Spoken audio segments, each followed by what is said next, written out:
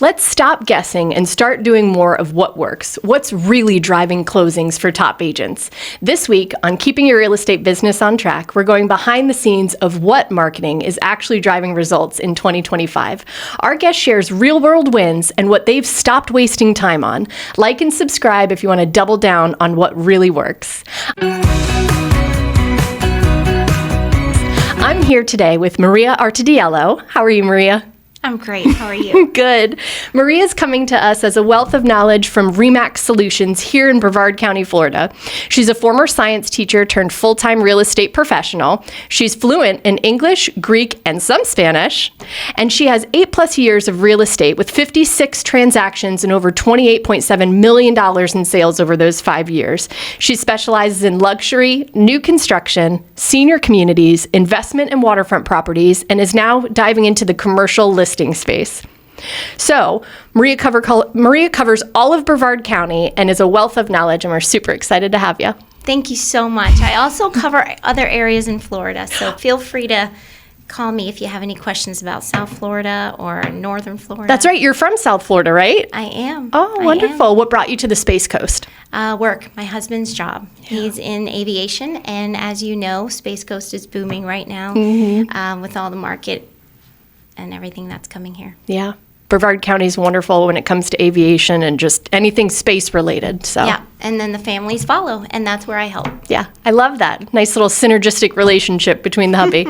So today we're going to be talking about marketing that actually works. Asterisk on the actually works part. So what's getting your clients right now?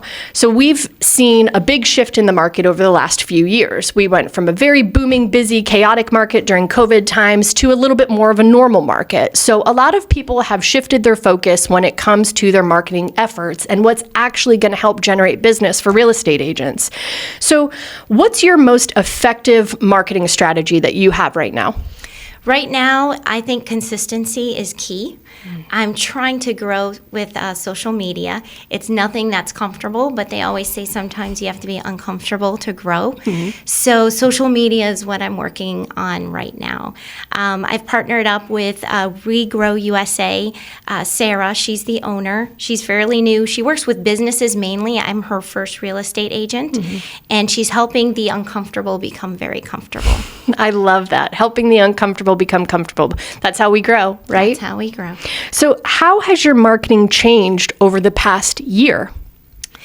I'd say probably last 3 months or so, we've been filming content, and it's not just, oh, look at this listing, look at that. I really want, and it might be because I was a teacher, but I really want to educate people. There's so many parts of a transaction that you don't know about, whether you're helping a buyer or a seller. If anyone wants general knowledge, there's so much to know. No one can know everything, but if people see little tidbits here and there and they take that with them, then they'll be better informed. Yeah, this one's a little off script for you, but they say that people's attention span is about 7 seconds. As a former teacher, would you agree with that? Totally.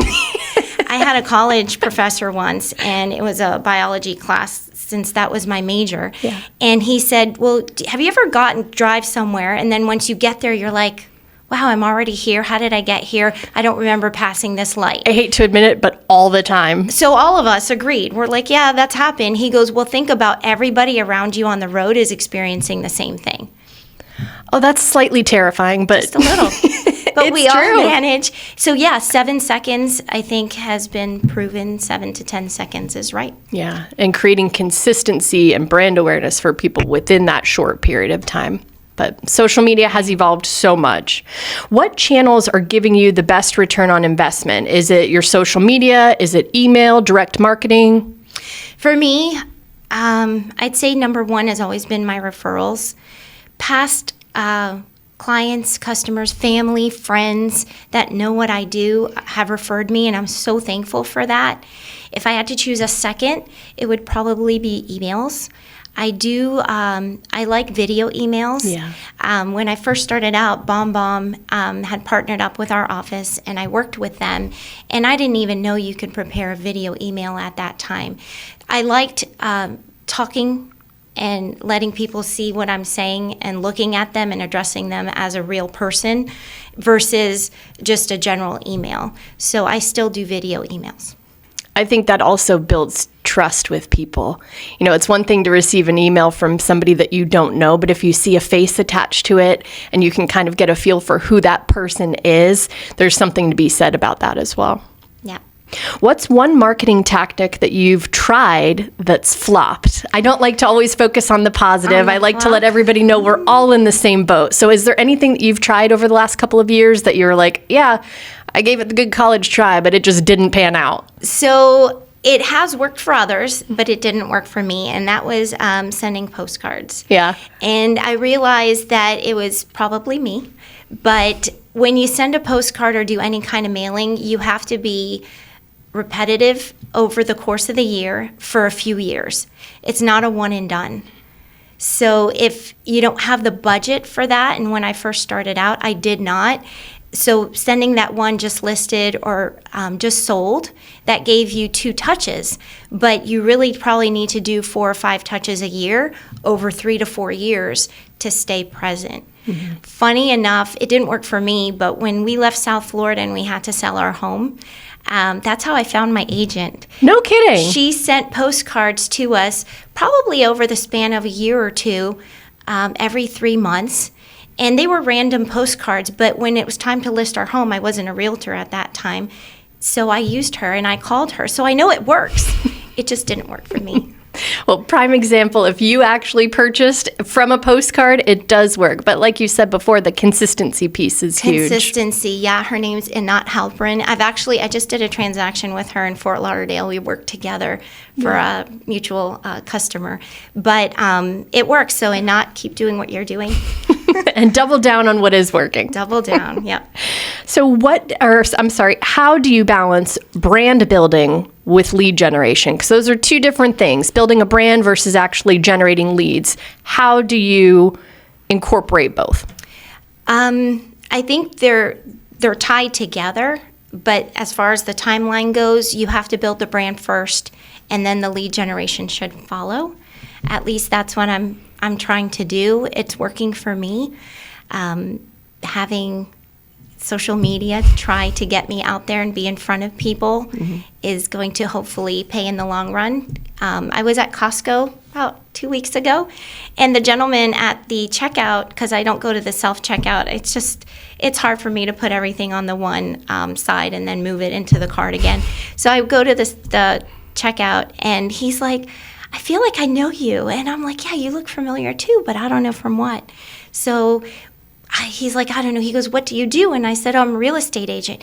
He goes, are you on social media? And I said, I've tried, but if you're seeing me, then at least I know it's working. He goes, I think that's where I saw you.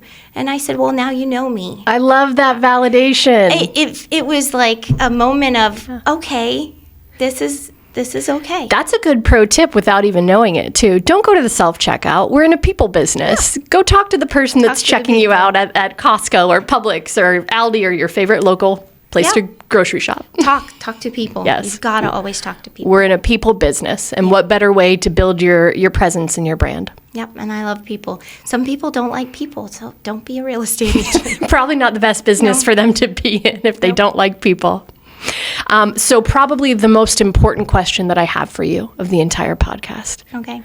What is your favorite local restaurant in Viera?